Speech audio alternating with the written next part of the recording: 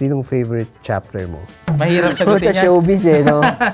Hello, I'm JM Santos, Director for National Relations and Training. Okay, Direct JM. Yes. What's interesting about Direct JM Santos? Ako more of seryoso kasi ako sa mata ng mga tao eh. So I think they have an impression na antipatiko, masungit. Pero once you get to know me, okay ako, palabiro din ako sa mga barkada ko. And I'm sure alam din niya na makaka-close ko talaga sa JCI. Ano yung mga part ng directorate mo that you think is most challenging for you? My year, ang pinaka-challenging kasi, I was handling basically dalawang directorates eh.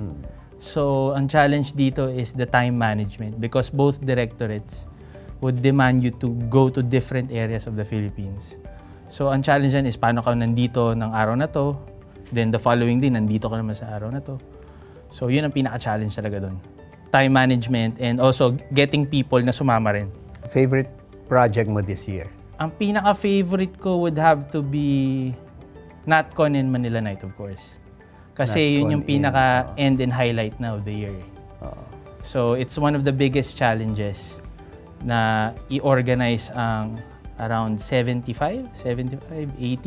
delegates from Manila plus the sister chapters and i-execute ang Manila Night habang nandun sila and a full-on itinerary. When I started, one of my flaws, and nasabi kasi sa akin ng mga tao, mainitin daw ulo ko, maikli ang pasensya ko.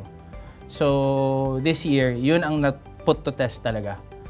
Na how do you handle different people? How do you interact with different people? So, doon ko natutunan na mag-a-adjust ka rin, na hindi lahat naaayon mangyayari kung anong plinano mo. So, if there is one thing natuto ko sa patience, pati na rin coordination and sa pag-organize ng mga certain events with different people.